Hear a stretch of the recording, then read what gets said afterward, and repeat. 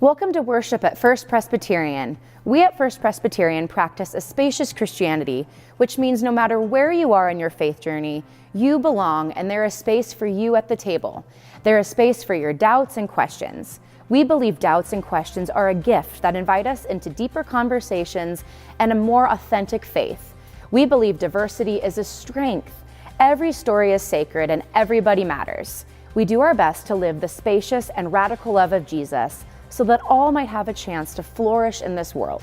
We are so glad to connect with you in this way. We would also love to worship with you in person if you're ever in the neighborhood on Sunday mornings at 8:30 or 10 a.m., and never hesitate to reach out to us to learn more about us or how we might support you. I hope you enjoy this worship service. Welcome.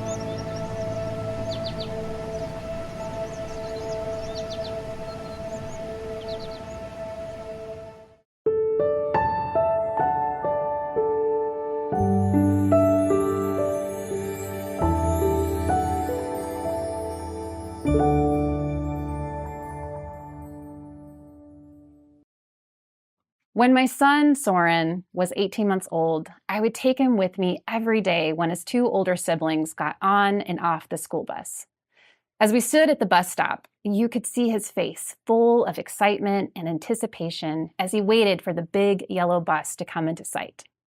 As it came around the corner, his face would light up, his eyes bright and wide, and as he pointed his finger wildly in the air, his whole body animated. He would start to call out one of the few words he knew: bus, bus, bus. And he wouldn't stop until you at least acknowledged that you had, in fact, seen the bus too, as if he needed all of us to share in this thrill he was feeling. The joy was infectious, and anyone who has experienced that pure and unbridled primal joy and sense of wonder expressed by a child knows it's something special to behold. I think part of this is that it invites us into the present, even if just for a moment. It allows the autopilot of our minds to be interrupted. It might also cause us to look back with nostalgia at that childlike innocence. We might notice how we've lost our own sense of wonder throughout the years. We might hope that our children or children in general can hold on to it a little longer than we did. But life can be relentless. It has a way of, over time, stripping that sense of wonder from us. And for some of us, that begins far too soon. You learn from an early age not to get your hopes up too much. You experience betrayal. You learn there are some people you just can't trust. You invest in something, pour significant resources into it, only to have it be a complete waste, and you're back to square one, or maybe even worse. You lose something, or maybe you lose someone. And you become hard. Maybe not all at once, but each painful rub from the world creates this thin layer around your heart that gets a little more calloused, bit by bit. You might find yourself becoming a little more distanced, a little more guarded, until you find yourself at arm's length, disillusioned and spectating from the side. I mean, why put yourself out there only to get burned again? But I don't think this is what God meant for any of us. And the practice of wonder and presence are essential to finding our spiritual center and purpose. We need this practice more than ever, especially now, when the world around us seems to be in utter chaos to the point where nothing seems to really shock us anymore, and the only certainty in life seems to be the uncertainty looming in the air. In his book, Abraham Heschel, the great Jewish thinker, scholar, and mystic, wrote, "The beginning of our happiness lies in the understanding that life without wonder is not worth living. What we lack is not a will to believe, but a will to wonder." He also wrote, "Our goal should be to live life in radical amazement, Get up in the morning and look at the world in a way that takes nothing for granted. Everything is phenomenal. Everything is incredible. Never treat life casually. To be spiritual is to be amazed. I love that description, this idea of radical amazement being core to our very sense of spirituality. Because when I experience those moments of full presence where time seems to vanish and all I can do is wonder at the very experience of life and existence of what is, the world around me, it is such a profoundly spiritual experience, I can't even find words to describe it. And for many of us, this is part of why we even live in this region of the world, right? We can just look out the window or go for a short drive and see the landscape around us, the mountains, the blue skies, the rivers and lakes. It catches our breath, interrupts our thoughts for a moment as we experience this feeling of awe. It's hard to express fully in words. But what about in the moments when that isn't enough? When our immediate life feels like it's falling apart? What about when we look out at the landscape of our world and everything feels futile? You might be familiar with the work of Eckhart Tolle in his book, The Power of Now, where he points out the ways, as humans, we are usually stuck in and operating out of our ideas of the future or the past instead of the present moment. Our minds run in circles, telling stories about the way things are, when really, we're missing the only thing that is ever guaranteed to us. This moment. Right here, right now, right in front of us. It's actually pretty eye-opening once you stop and notice how often you are thinking about what is ahead and imagining an outcome or considering something in the past in a way that keeps you stuck. You might be surprised at how often you are truly living outside of the present. Being present is a much more intentional practice than we might realize, something we must work at. Otherwise, our minds can get away from us. It becomes easy to operate from a place of fear and anxiety, almost on autopilot, as we imagine a future that hasn't happened or repeat the past, perhaps wishing things would have been different. But none of that is reality.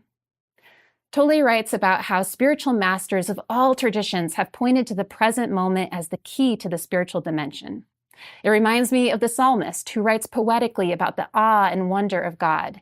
And in the Gospels, we read Jesus' words and how he emphasized this often, and yet we downplay the actual practice of presence in our own life.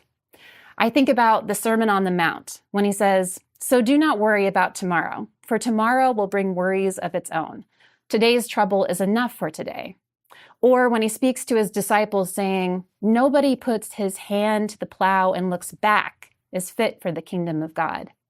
And then he says another unexpected thing, that you must become like a child in order to enter the kingdom of God. That is to say, in order to experience the full presence and mystery of love in our lives. Now, this kingdom that Jesus spoke about was something radically different from any kingdom his followers could have experienced or imagined. It was a way to live that changed the rules, where instead of greed and hierarchy and control, everything was flipped upside down and a world was imagined where all could flourish and thrive regardless of who they were. And this idea of wonder, of presence, this is what I think in part Jesus meant when he said to become like a child. Now, I want to make one important distinction between becoming childlike and being childish. Theologian and author Rob Bell describes it this way, as being a posture of the heart. Being childish is a hardness, a resistance to what is. It is the folding of arms across the chest and stomping your feet. We all know someone in our life who has acted childish, or, if we're being really honest, moments we have reacted in childish ways ourselves. Childlike, rather, is a posture of openness. Open to the wonder and awe of the everyday. It's my son seeing the bus come around the corner every morning as if for the first time. It's stopping and literally smelling the roses. It's being startled by the beauty around us we are always given the opportunity to behold. It's inviting these deep, even if small, moments of reflection that point to the mystery of existence. It's becoming aware of the presence of God in our lives, realizing it was always there in the first place, but it is our awareness of that presence that is so often absent. It's when you can stop in your tracks at the beauty and pure amazement of life, when you are struck with the possibility in every breath, turn, movement. When you aren't caught up in some sort of rigid way of being or trying to prove something about yourself, but like a child, simply see things as they are. And like a child, there is space for imagination again. Because I don't know about you, but when I look out at the landscape of the world right now, at the times we are living in, it feels hard to muster up imagination around how things could actually be different. It's much easier to let anxiety, fear, and worry creep in and overwhelm. And the overwhelm can then lead to a paralysis because what can we really do about it anyway? And then that often leads to finding ways to sedate ourselves, whether conscious or not. We might seek out substances, chronically check out on our phones, chase that next thrill or high or fix, anything that will let us get a break from reality and try to cope. But maybe there is another way. And at least one part of it is this practice of presence, of bringing our awareness to the moment in front of us, interrupting the relentless cycles of fearful narratives that loop in our minds, which then cause us to live out of a place based in fear instead of love. And when we are living from that place, we miss out on the truest purpose any of us hold. When Jesus said, "Do not worry about tomorrow," to his followers, I think about how they might have received those words, considering they had plenty to worry about. They were first-century Jews living in Roman-occupied land, often unliked for their very different religious practices. Their temple had been torn down and rebuilt multiple times throughout history. Their freedom to worship, which was central to their way of life, left up to fate and the whim of current authorities. Being told not to worry itself might feel a bit childish and unaware. But this isn't a practice that pretends all is right and well in the world. Rather, it brings us into a place where we can look out at the world and our own life with a wider lens. We need this more than ever, a broader perspective and understanding in this time when people are so divided, our world so fractured. True presence is what brings healing to ourselves and those around us. I recently heard about a study on therapy and how the healing client's experience has less to do with the therapist's technique or formal academic training and everything to do with the quality of their relationship between themselves and the client.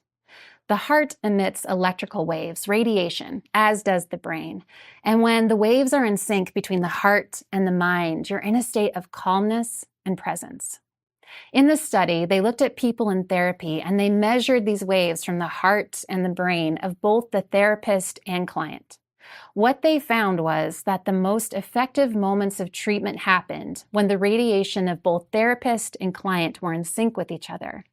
This happened more often when the therapist was listening than speaking.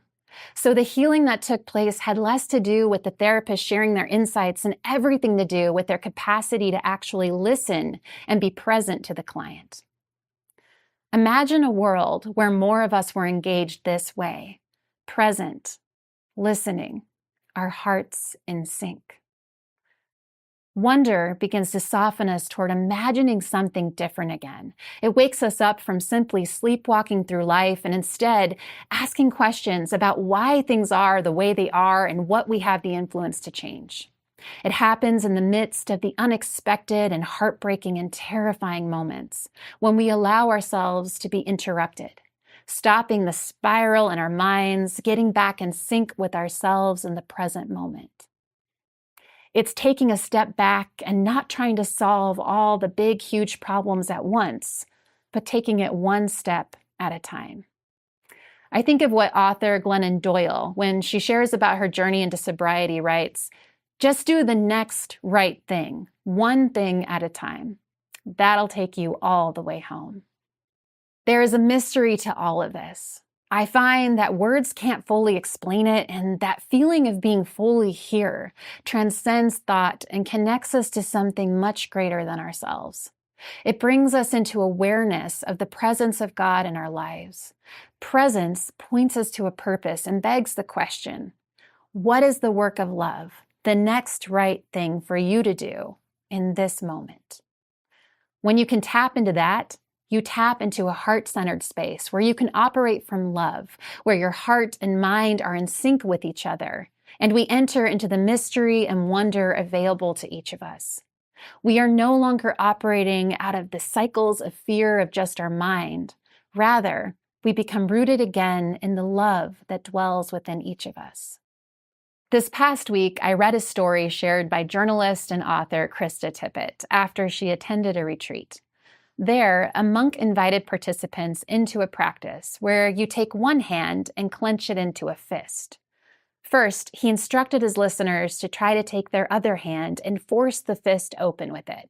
If you do this, what you'll notice is that the fist only clenches tighter, a natural reaction to force. But if instead you cradle the fist with your other hand, which might seem counterintuitive, there's a very different and yet still natural response. The fist softens and releases. Krista used this as symbolism for our time, writing, "A sea of clenched fists is a metaphor for our world right now. This exercise brings me back to a conviction I've long held but can find hard to sustain. One of the most powerful ways we can be present to our world's pain is with a countercultural tenderness." I think many of us are asking what we can do, how we can be a healing and loving force in this world. And it's easy to glamorize and get caught up in the promise of big moments of action in response to the pain we see in the world.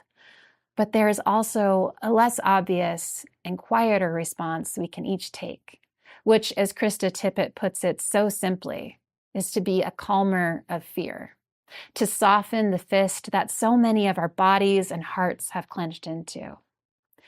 You can't access that kind of tenderness without practice. There is plenty to worry about. There always has been, there always will be. But here is an invitation not to just pretend that all is well in the world, but to be brought back to the only thing you are actually guaranteed in this life. This moment, right in front of you, right now. The first step? Just paying attention, being interrupted by wonder, bringing your awareness to this moment, then asking yourself, what is the next right thing, the work of love you are called to do? Start there.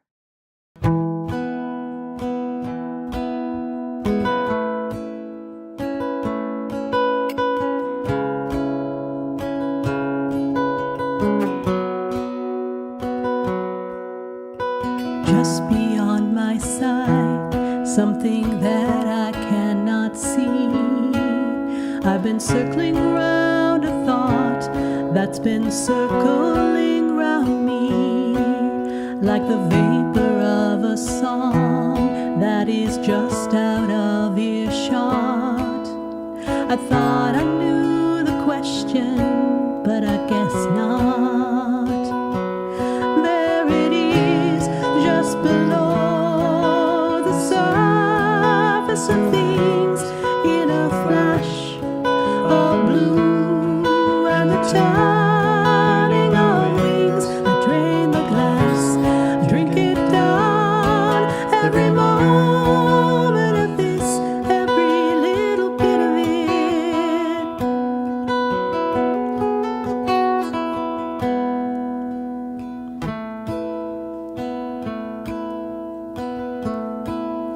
I swam against the tide, I tripped on my own pride, so I'll try again today to get out of my own way. The face was always in the stone, said Michelangelo.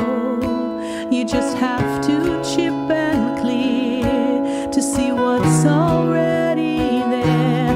There it is, just below the surface of things.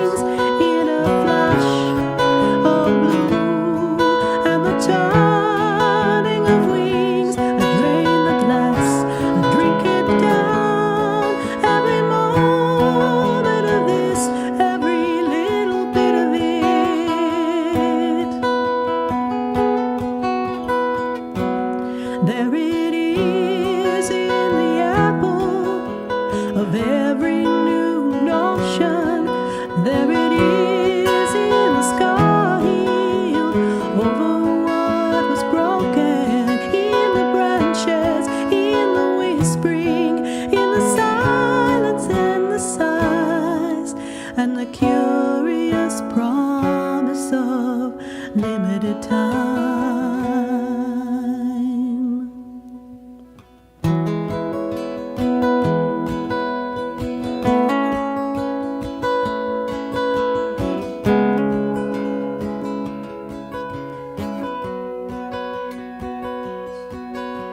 It's true, although it's hard, a shadow glides over the ridge, and one fast-beating heart tries with all its might to live, and we sense but can't describe from the corner of our eye something nameless and abiding, and so we keep transcribing. There it is, just below the surface of things, in a flash of blue, and the turning of wings that drain the glass.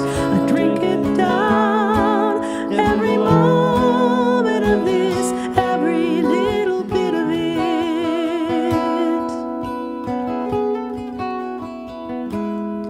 Every little bit.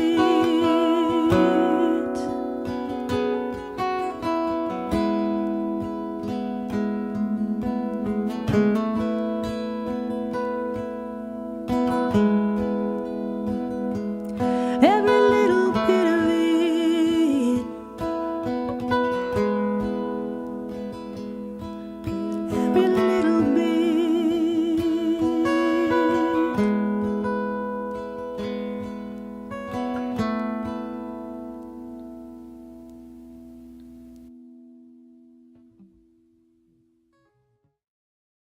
Theologian Richard Rohr wrote, "We cannot attain the presence of God because we're already totally in the presence of God. What's absent is awareness." Jesus invites us into this practice of presence, reminding us that the only way to experience the fullness of what we are offered in this life, the love that is always available to us, is to be active participants in the present moment. Life can be relentless. It can feel impossible and full of hard edges. And life is so full of beauty and mystery. There is no easy answer, but let us walk with this countercultural tenderness in our world. Let us soften the clenched fists of our hearts. Our world needs it more than ever. Thank you so much for joining us, and we hope you enjoyed this worship service. If you would like to make a donation, helping make these podcasts possible, or support the many ways First Presbyterian seeks to serve our community, you can make a financial gift online at bendfp.org. Every week, we hear from someone thanking us for the gift of these broadcasts and what a difference they make. Your support makes that possible. Our church is committed to reach beyond our walls, bringing hope where there is despair and love where it is needed the most. Your generous support helps us to be generous in love.